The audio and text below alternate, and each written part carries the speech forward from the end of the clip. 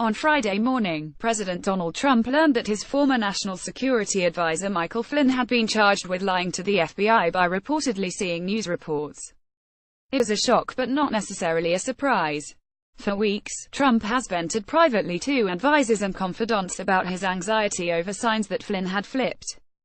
He noted the possibility that Flynn had turned on me. 3 sources close to the president independently recall him saying. These sources had relayed details of these conversations to the Daily Beast over the course of the past week.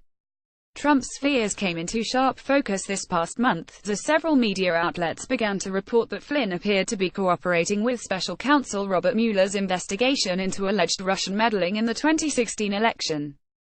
The president, an avid and voracious consumer of Twitter and cable news, began privately fuming, according to an administration official and 2 outside allies of Trump.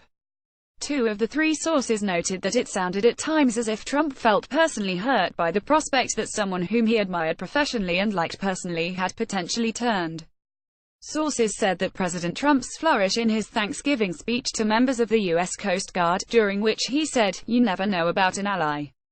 An ally can turn," was intended as not so subtle jab at his former national security advisor. At 10:22 a.m. ET on Friday, Flynn, wearing a grey suit, exited a black Suburban and walked silently through a gauntlet of cameras into a Washington, D.C., courthouse as reporters shouted questions. A man, standing behind a group of reporters next to a woman in a pink knit hat with cut ears, shouted, "Hold on, Putin loves you," in Russian at the disgraced former national security advisor. Flynn's heckler, who declined to give his name, wore a cat-ear hat. At one point, an Uber driver rolling past the stakeout honked his horn and shouted at reporters, "Tell Flynn to fuck himself." An hour or so later, Flynn put out a statement on the plea deal, saying, "I recognize that the actions I acknowledged in court today were wrong, and, through my faith in God, I am working to set things right." Flynn said he made his agreement to cooperate with Mueller's investigation in the best interests of my family and our country. "I accept full responsibility for my actions." After more than an hour inside the courthouse, Flynn exited as silent and as quickly as he entered. But the small crowd that had gathered outside jeered at him, screaming, "Traitor," and "Lock him up," as his SUV pulled away. Following the Friday's charge, White House allies continued to insist that the Trump campaign did not collude with the Russian government during the 2016 campaign. Though the charge against Flynn stemmed from his conversations with a top Russian government official, allies insisted that this didn't point directly to efforts to sway the outcome of the election. It appears that Flynn, like Martha Stewart, did nothing wrong but lie to the feds. Michael Caputo, a former Trump campaign aide and peripheral figure in the Russia investigations, said in a text message on Friday morning, "I'm unconvinced that today's news proves Gen. Flynn has provided evidence of campaign collusion." The White House, meanwhile, appeared intent on going on the offensive, attempting to paint Flynn as a serial liar who harbored secret loyalty, or at least ties, to Trump's enemies. "You are now subscribed to the Daily Digest and Cheat Sheet. We will not share your email with anyone for any reason. Nothing about the guilty plea or the charge implicates anyone other than Mr. Flynn," White House lawyer Ty Cobb said in a statement, referring to Flynn as a former Obama administration official.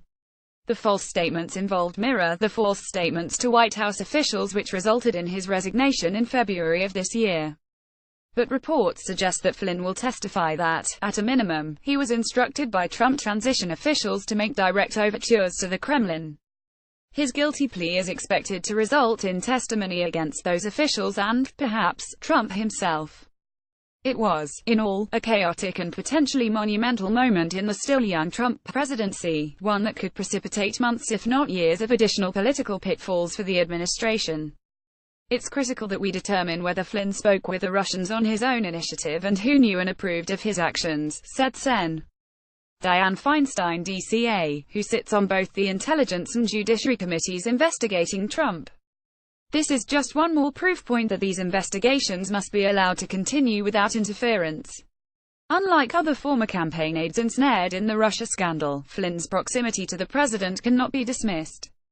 He was no mere coffee boy. Rather, he presided in the top echelons of the campaign and was even floated briefly as a possible vice-presidential candidate. Flynn first found his way into Trump's orbit as an outcast from Barack Obama's administration. He had served the former president as head of the Defense Intelligence Agency. Fellow generals widely respected Flynn as one of the top intelligence officers of his generation. But even at DEA, he acted erratically, according to former intelligence and military colleagues, and was considered both a poor manager and unreliable interlocutor, critical factors that led to his downfall. All of that intensified after Obama fired him. Flynn became a vocal critic of what he portrayed as a monolithic, violent Islam, and a prominent booster of strengthening ties to Russia. He opened a consulting firm with ties to the Turkish government and was paid a hefty sum to give a speech at an anniversary party for RT, the Russia propaganda TV network, payments he initially failed to disclose to federal ethics officials after he joined the White House. As the 2016 Republican primary got underway, Flynn advised several candidates on foreign policy matters. The Washington Post reported that he had phone calls with Trump, during which Flynn said, he came away impressed. The feeling was apparently mutual. Trump leaned on Flynn as a surrogate and ultimately gave him a primetime speaking role at the convention in Cleveland, during which Flynn led a "lock her up" chant directed at Hillary Clinton. After the convention, Flynn continued stumping for the Trump campaign. And when Trump won the election, he was in prime position to cash in. Despite warnings from the Obama administration not to hire the guy, Trump named him his national security advisor. In the Post, Flynn took steps that looked to his administration colleagues uncomfortably like sidling up to Russia. In particular, he skirted the boundaries of legality by urging the military to expand the military-to-military communications channel designed to prevent mid-air conflict in Syria between Russian and American pilots. The Pentagon feared that Flynn would have the military violate a congressional prohibition on outright military cooperation with Russia. As well, Flynn aides on the National Security Council explored relaxing energy sanctions on Moscow, in exchange for nothing.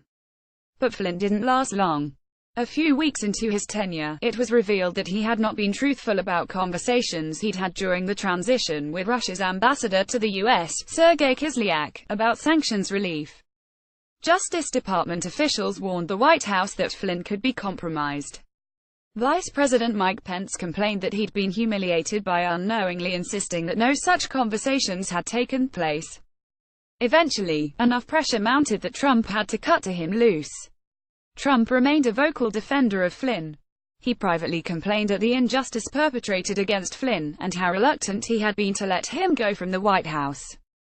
Even as federal investigators appeared to be targeting Flynn as part of the Russia probe, Trump hoped he would be able to rehire his former national security advisor, as the Daily Beast reported in May. Trump even ignored his lawyer's repeated warnings against contacting Flynn following the advisor's ouster. Some of Trump's closest friends and aides, however, assured the president he had done the right thing firing Flynn. This included famous boxing promoter Don King, who said he directly told President Trump that, with all due respect, Mr. President, Flynn fired himself. Trump's displeasure with the investigation led to a watershed moment in the post-election Russia drama that precipitated the later appointment of Robert Mueller. In late January, when Trump met with FBI Director James Comey, he told Comey, "I hope you can see your way clear to letting this go, to letting Flynn go. He is a good guy. I hope you can let this go," the former FBI director later testified. At the time, reports suggested that charges would not be brought against Flynn despite discrepancies in his statements to federal investigators. But Trump's later firing of Comey led to the appointment of Mueller as special counsel, and Mueller apparently opted to pursue those charges. The comments to Comey marked a remarkable, if far from unique, instance of ill-advised statements from the president that would come back to bite him.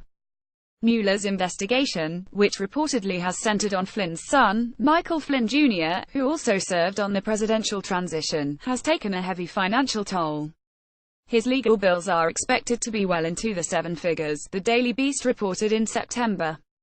His family has set up a legal defense fund to help cover some of those considerable expenses, with additional reporting by Jackie Kucinich, Spencer Ackerman, and Sam Stein.